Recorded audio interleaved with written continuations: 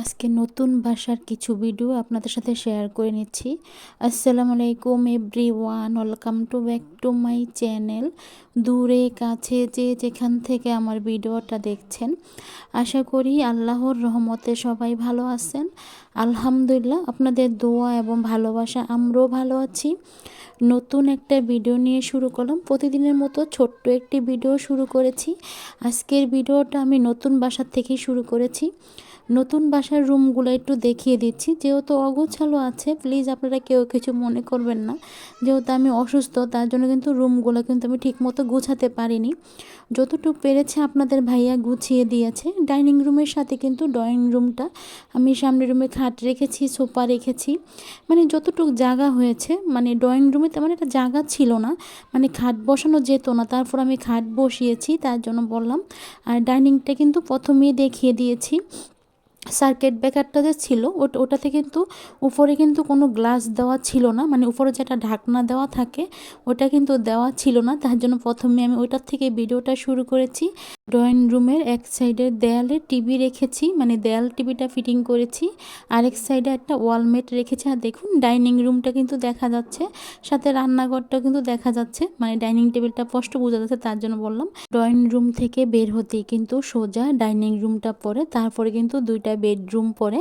এক সাইডে একটা বেডরুম খালি আছে, ওই রুমে খাট ছিল, খাটটা ভেঙে যাওয়াতে খাটটা কিন্তু বিক্রি করা দেওয়া হয়েছে। যেহেতু খাটটা ঠিক করা যাবে না, তার জন্য এই রুমে কোনো খাট বিছাবো না, রুমটা খালিই রাখবো আপাতত। আর দেখুন বাহিরের দিকে ক্যামেরা করে নিয়েছিলাম, বেশি কিছু দেখা যায় না, বাহিরে রাস্তা দেখা যাচ্ছে আর কলা গাছ কিছু দেখা যাচ্ছে, বেশি কিছু দেখা যায় না। মানে যতটুকু পেরেছি আমি রুম থেকেই ভিডিও করে নিয়েছি। যেহেতু আমি রুমের কোনো বাইরে যাই না, তার জন্য আমি রুম থেকেই ভিডিও করেছি। আর দেখুন ওয়ার্ডরোবের উপরে কিন্তু মানে সব কিছু রেখেছি, টলি, তারপরে ব্যাগ, বিভিন্ন জিনিসপত্র কিন্তু আমি ওয়ার্ডরোবের উপরে রেখেছি। আর এই বেডরুমে সোজাসুজি কিন্তু আরেকটা বেডরুম দেখা যাচ্ছে, দেখতে পাচ্ছেন। বিছনাতে কম্বল রাখা আছে, যেহেতু শুয়েছিলাম, মানে অনেকটাই ঠান্ডা পড়ে, তার জন্য বিশেষ করে কম্বলের নিচে বসে থাকতে হয়। মানে ঠান্ডার কারণে কিন্তু রুমে মানে চলাফেরা করা যায় না, অনেকটাই ঠান্ডা।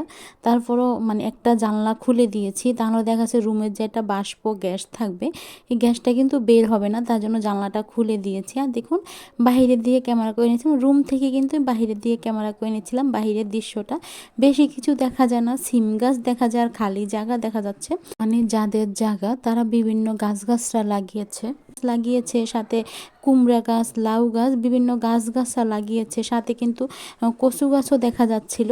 মানে আমি যতটুকু পেরেছি রুম থেকে ভিডিও করেছি, জানি না আপনাদের ভালো লাগবে কিনা, তারপর আমি ভিডিওর মাধ্যমে শেয়ার করে নিচ্ছি।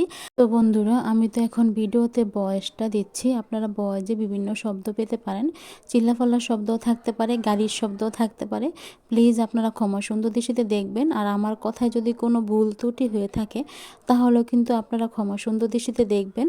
যেহেতু আমি ভিডিওতে এখন ভয়েসটা দিচ্ছি, আমি কথা বলতে অনেকটাই কষ্ট হয়ে যাচ্ছিল ভিডিওতে, মানে ভয়েস রেকর্ডিং করতে, তার জন্য বললাম। মানে কথা বলতে পারছিলাম না, কথা আটকে যাচ্ছিল, মানে ভয়েস দিতে এসে, তার জন্য বললাম। বিশেষ করে ভুল কথা বলে ফেলছিলাম, প্লিজ আপনারা ক্ষমা সুন্দর দৃষ্টিতে দেখবেন। আর ভিডিওর এই পর্যায়ে এসে বলছি, যদি কেউ নতুন এসে থাকেন আমার চ্যানেলে, প্লিজ লাইক দিয়ে ভিডিওটা দেখে নেবেন। আর যদি ভিডিওটা ভালো লাগে, ভিডিওটা শেয়ার করে দেবেন। আর যদি একবারে বেশি আমার ভিডিওটা আপনাদের কাছে ভালো লেগে যায়, তাহলে আমার চ্যানেলটা সাবস্ক্রাইব করে দিয়ে আমার পাশে থাকতে পারেন।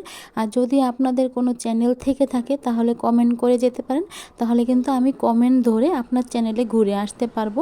প্লিজ কেউ সাথে সাথে চ্যানেলটা আনসাবস্ক্রাইব করে দেবেন না। কথা দিচ্ছি 24 ঘন্টা হলে আমি আপনাদের চ্যানেল থেকে ঘুরে আসব। তো বন্ধুরা, আজকের ভিডিওটা এই পর্যন্তই। আজকের ভিডিওটা আর বেশি বড় করব না। আবার নতুন একটা ভিডিওর সাথে দেখা হবে। ভালো থাকবেন সবাই, সুস্থ থাকবেন সবাই। আল্লাহ হাফেজ।